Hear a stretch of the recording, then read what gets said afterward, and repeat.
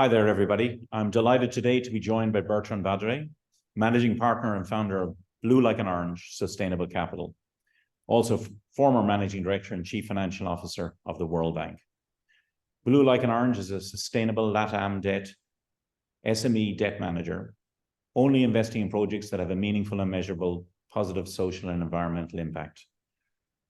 Bertrand founded Blue Like an Orange in 2016 with a clear vision to finance entrepreneurs in Latin America, an underserved market with limited financing options and huge potential for impact. We're very pleased that he will be sharing his insights on the region today. Bertrand, a very warm welcome to you and thank you for speaking to us today. Thank you, Paul. Bertrand, I'll jump straight in. After what is effectively a lost decade that saw economies really stagnate across LATAM, there seems to be new optimism in certain areas of the region. Can you speak to that and discuss some of LATAM's key competitive advantages? Particularly, we would be very interested at Haven Green in hearing about renewable energy, nearshoring, and even the whole area and vibrant area of e-commerce there at the moment. Well, thanks. I think this is kind of common wisdom that it has been a lost decade, and I would argue against that that way of calling that decade. I don't think it's a lost decade. I think it's a decade which has seen a profound change and probably set up the foundation for a totally transformed continent or region in the coming future. Of course, on the face of it, you can argue that growth has not been stellar, that inequalities have remained entrenched, that Argentina remains a basket case of all the problems that we've seen in the 80s, 90s, and early 2000s in this region. That is all true. But on the other hand, it's absolutely fascinating to see that most countries, again, excluding Argentina, Venezuela, I mean, the usual suspects, I mean, Mexico, Brazil, Colombia, Peru, Chile, etc., have been seeing regular political changes, limited violence, split parliament with proper governance, central banks which have become truly respected independent institutions. And of course, it doesn't prove everything, but it's fascinating to see that over the past 5, 6, 7 years, most currencies have remained either stable vis-a-vis the dollar or have increased in values, which is basically a testimony to the radical change in the macroeconomic framework. I think independence of central bank and more responsible fiscal policies. I mean, Mexico is obvious, Peru is quite obvious, and Brazil, actually, which has long been seen as an outlier, is also moving in that direction. So we have now a quite stable region, again, with the exception I mentioned, but most countries are really stable with a properly run economy. And you hinted at the incredible resources that this region has. One is a kind of intangible. It's far away from Kiev. It's far away from Jerusalem. It's far away from Taipei. It means that Latin America is not part of the geopolitical turmoil. It doesn't mean it's not affected. I mean, we can see the competition between the US and China on the continent. It's obvious that China has gained market share and has become a very important counterpart for the region. But on the other hand, Mexico has become the largest trading partner of the US in 2019, ahead of China. That's a big change. So if you look in perspective, so this kind of distance vis-a-vis geopolitical turmoil is definitely an asset, even doesn't mean it's not untouched. I mean, when you had the tensions around fertilizers, of course, it had an impact on the big agriculture of Latin America, that's for sure, to take an example. But all in all, it's a peaceful region. Even Venezuela is kind of shaking the tree of its neighbor, Guyana. Nobody is really expecting a full-fledged war there. So it's a peaceful region and very limited tension. And it has resources. It's still 600 million people. And after Africa, the youngest population on Earth, and one of the largest young adult population on Earth, which is, when you see the recent demographic statistics from the OECD countries, it's a big plus. It's also a continent which is abundant in the resources necessary for the energy transition. I checked the figures, but I think it's 50% of the global lithium. It's probably 1/3 of copper, and I could continue on and on. It's 50% of the world's biodiversity. It's probably 25 to 30% of the world's forest, and so on and so forth. So it's the largest hydro power on Earth. Not everything is used to its full force. Again, this is probably the region where most of the electricity comes from renewable, but it's also unfortunately one of the regions where electricity is the least used as part of the total energy usage. So a lot of assets have been put in place over what you call the last decade. Our gut feeling, our experience is that we are moving in the right direction, and being somewhat isolated from the rest of the world is really something that has a lot of value to do. Sometimes my Latin American friends say, well, the world is forgetting us. And I say, well, that's probably good these days to be forgotten by the rest of the world. There is no doubt that this isolation from the global turmoil will create opportunities, and those are partly what you try to express in the portfolios that you oversee as well. However, I think it'd be remiss not to talk about the political turmoil that is within LATAM itself. And let's just take Argentina as an example, really currently in the midst of probably the worst economic crisis in two decades, annual inflation running at 200%, estimation of 4 out of 10 people living in poverty, and a new leader and the country. Really, when you think about Javier's challenges ahead, what are the tasks that he faces that are most immediate urgency that for you become a catalyst for Argentina being of increasing interest on a go-forward basis? Perhaps you could just comment a little bit on that. Yeah, to be clear, we are not investing in Argentina. It might change if Mr. Milei is successful in the future, but we'll be extremely cautious. My master and mentor, Michel Condessu, who has been heading the IMF for 13 years, once told me the Paris Club, which is a club of the countries dealing with emerging market debt, was created in 1956 to handle Argentina debt. And it's very likely that Argentina will remain part of the I would say in French, Fonds de Commerce, a part of the raison d'être of the Club de Paris, of the Paris Club forever. So I think it's a fascinating country, one of the countries I like to visit most, but to do business there is extremely, extremely difficult. So Mr. Milei is coming, and it's a usual situation where he's coming with a bold plan, which actually is largely supported by the IMF, which has released the first tranche of its aid this year. The issue is that he does not control the majority in parliament. And so the question is whether the president of the parliament will come to terms and find a way forward, or whether this will turn into another explosion. It's very early days to say. It's pretty obvious that as opposed to his focus on dollarization of the economy, etc., he's put a little bit of water in his wine. But I think the necessary adjustment to public finance, to the fiscal space and to the bureaucracy is probably the right way forward. So it's going to be very interesting to see whether we can have in Argentina something which is similar to what Brazil has been through 20 years ago. It's a very important economy. It's a G20 country. It's one of the largest economy in the region, in the world, with the breadth and the depth of resources is immense. But it's very sad to remember that Argentina was one of the top 5 or top 10 countries 100 years ago in the world, and to see where it is now. It's been spoiled by everything it got. So we all hope that for them and for the region, they will find a consensus on the way forward. It's a little early days to say. Indeed. And as you referenced the playbook that has been created by Brazil's success, if you were going to be on a scale of optimism, I know you're saying it still remains to be seen, but if you were a betting man, where would you see it settling under the new leadership? There seem to be some very aggressive policies that have been thought of as the way forward. I'm an investor, so I'm not a betting man. I'm trying to be rational and as cold-blooded as possible. No, the big issue actually is not within your hands or our hands. I think what is put on the table goes in the right direction. It's a political struggle. it's really, I mean, the party of Mr. Milei controls narrowly defined 15% of Congress, broadly defined, if you take the former ally of President Macron, probably 40%, but not 50% of Congress.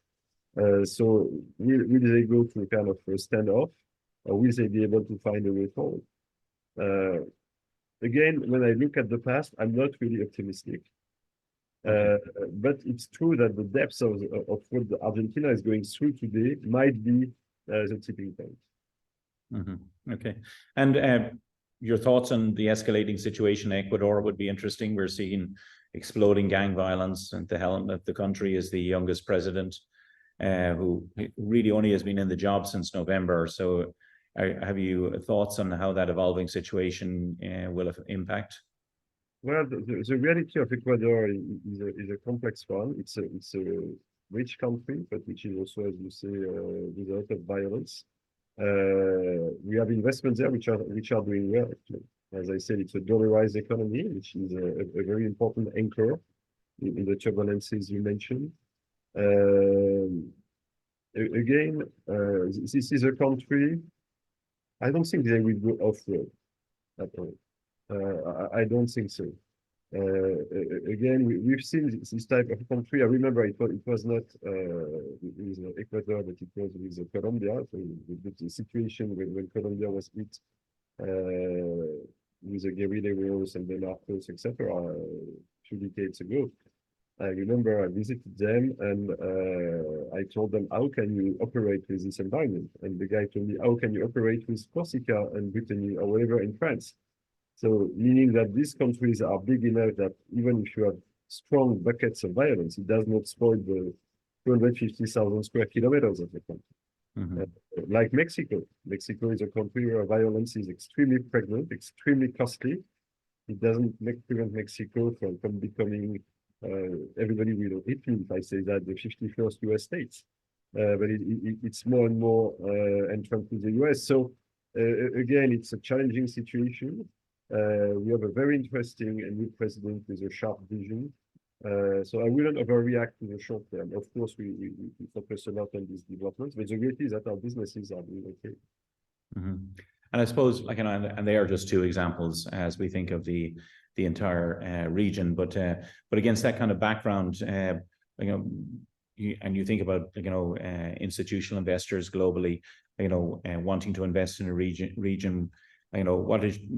What assurances do you take from your own research with regard to how you deal with what would be eventually governance issues or issues around the rule of law in some of these areas? It's just sheer avoidance, or is there an engagement? Well, I think it's important to be selective, not to be naive. But the reality is that, with the exception of Argentina that we discussed, and we see probably in the near future whether they go back on track or not. But the largest economy, which are technically the economy in which we spend most of the time, Brazil, Mexico, Peru, and Colombia.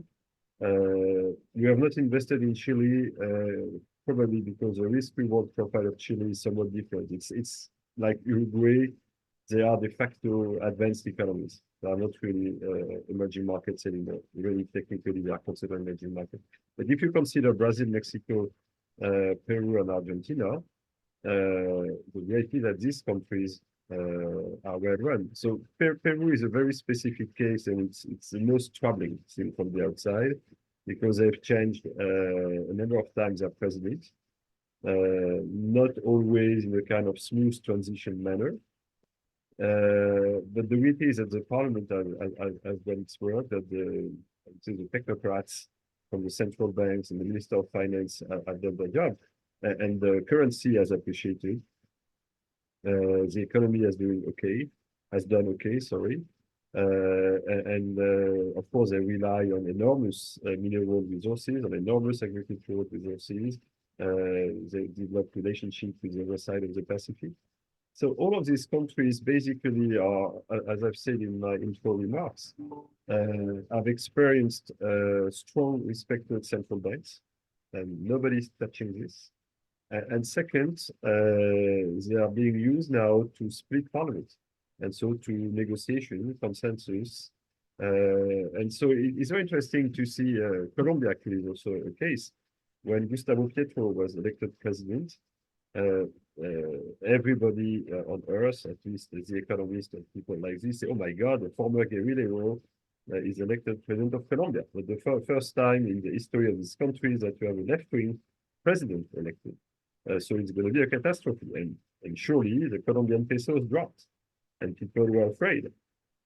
And then if you fast forward 18 months, so now, I don't want to say it's a centrist country, but the pesos is back to where it was. People are talking to each other. So it's kind of, I wouldn't say it's a boring country, but it's kind of a normal thing. Mexico, it's going to be very interesting to see the succession of López Obrador. He handpicked his successor. It's going to be a female in Mexico. That's a big signal. Nobody's expecting a revolution. Nobody's expecting riots. Everybody expects that she's going to be pragmatic and we protect the growing benefits of the nearshoring with the US, etc. And Brazil, it's interesting to see that Lula Bolsonaro was a little bit of a stress case for many people. But the reality is that after, and it was probably normal, show off his muscle after his elections, try to twist the arm of the central banks, basically backed off. And Brazil had a great year. I mean, the statistics were released yesterday, over 3% growth rate, 100 billion external surplus, back on track with Amazonia and stopping the deforestation, taking the lead as organizing the G20 summit this year and the COP next year. So it's very interesting. And Brazil is back center stage. And nobody, I mean, the stock markets have performed pretty well in all these countries, etc. So if you sum this, and again, it's always a temptation because it's easier for people to take a region and say, okay, we take all the region. But the reality is that you have to consider each country. And it's true that you have a solid group of countries which are emerging and which have built a solid foundation for the future. I see, and I suppose you speak so passionately about the region and the segmentation that you have, approach that one has to have to that, and realism about where the various stages of development are across the.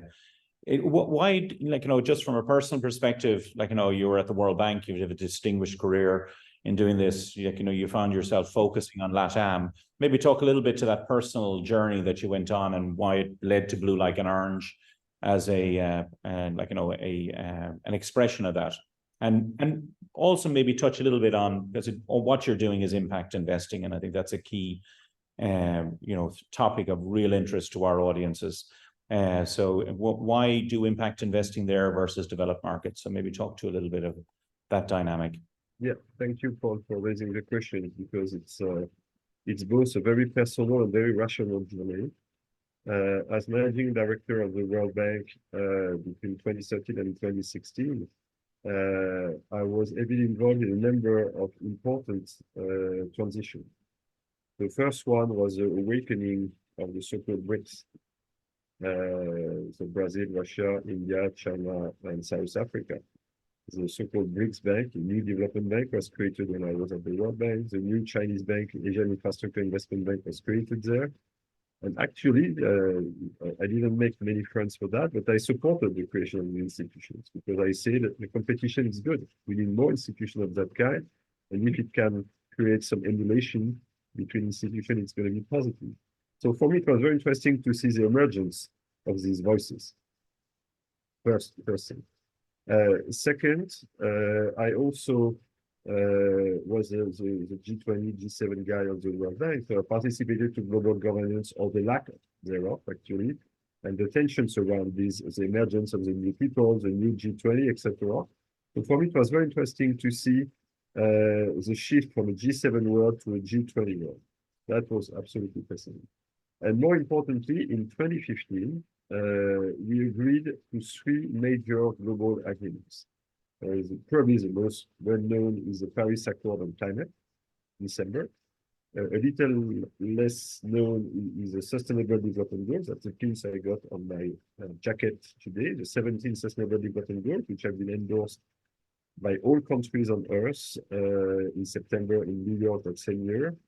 And less well known in Addis, there was a partnership for development, which was also signed by all countries. So basically, Addis, New York, and Paris taken together have committed the entire global economy to a sustainable, resilient, and inclusive framework for the 21st century. We are not always aware of that, but all our countries have signed.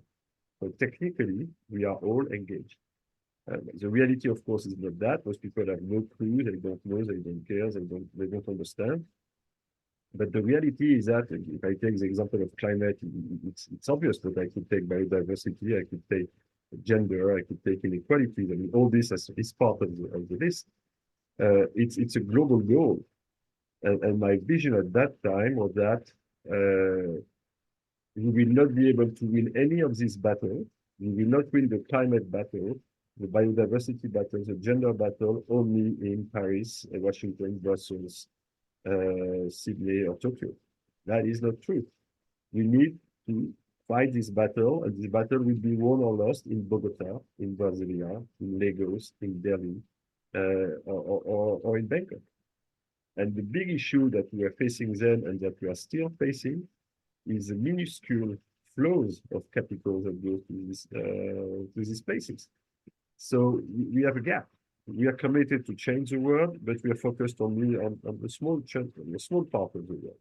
And so the decision to create Blue Like an Orange was to create one of the instruments that would help institutional investors to make conscious, rational decisions to channel a little bit of their AUM to this emerging world and to provide them with a vehicle that provide the same features as any vehicle.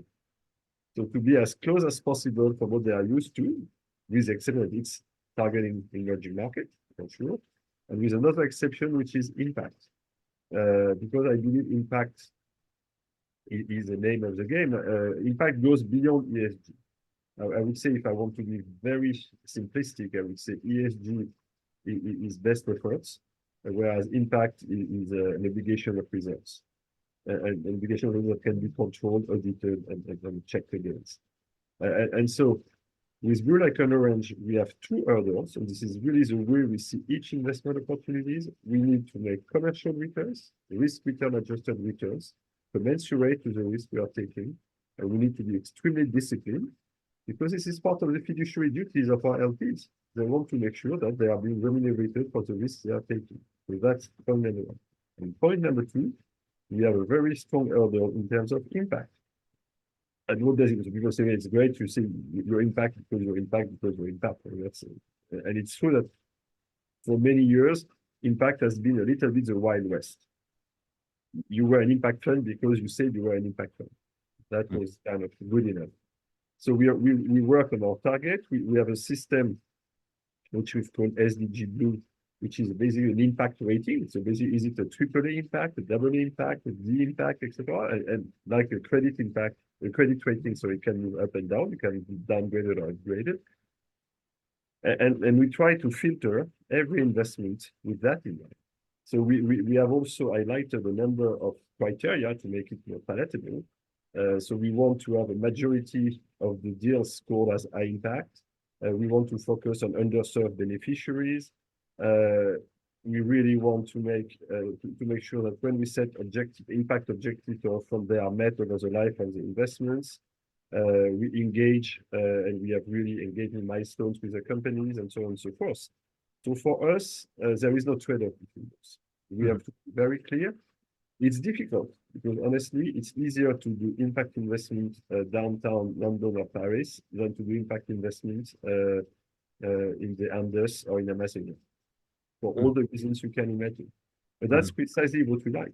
So we try to be extremely demanding when it's about impact.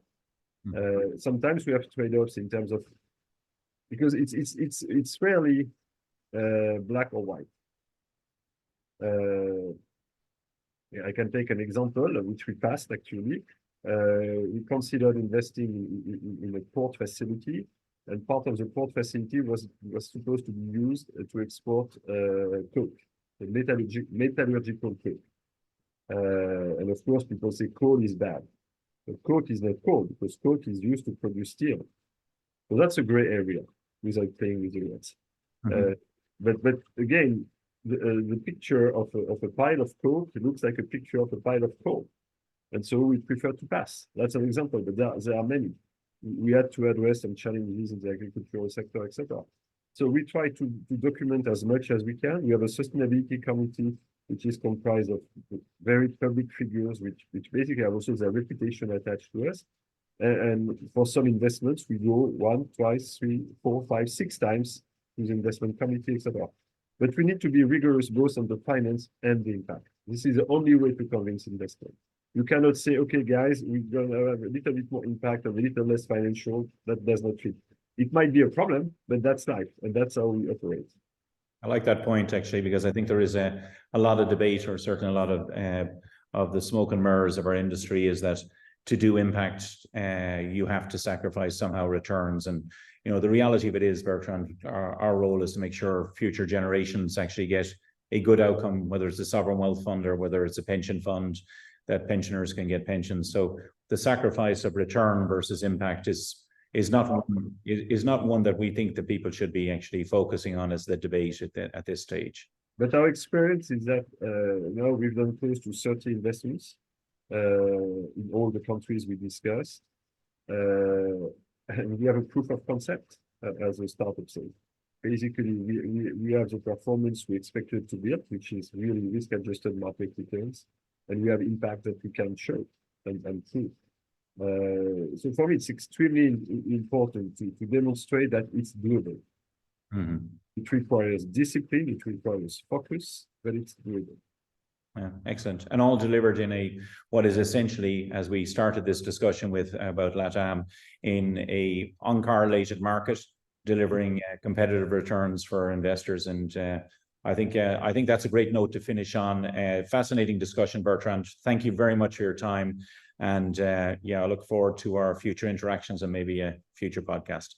All right, take care. Thank you very much. Have a good day. Bye. Thank you.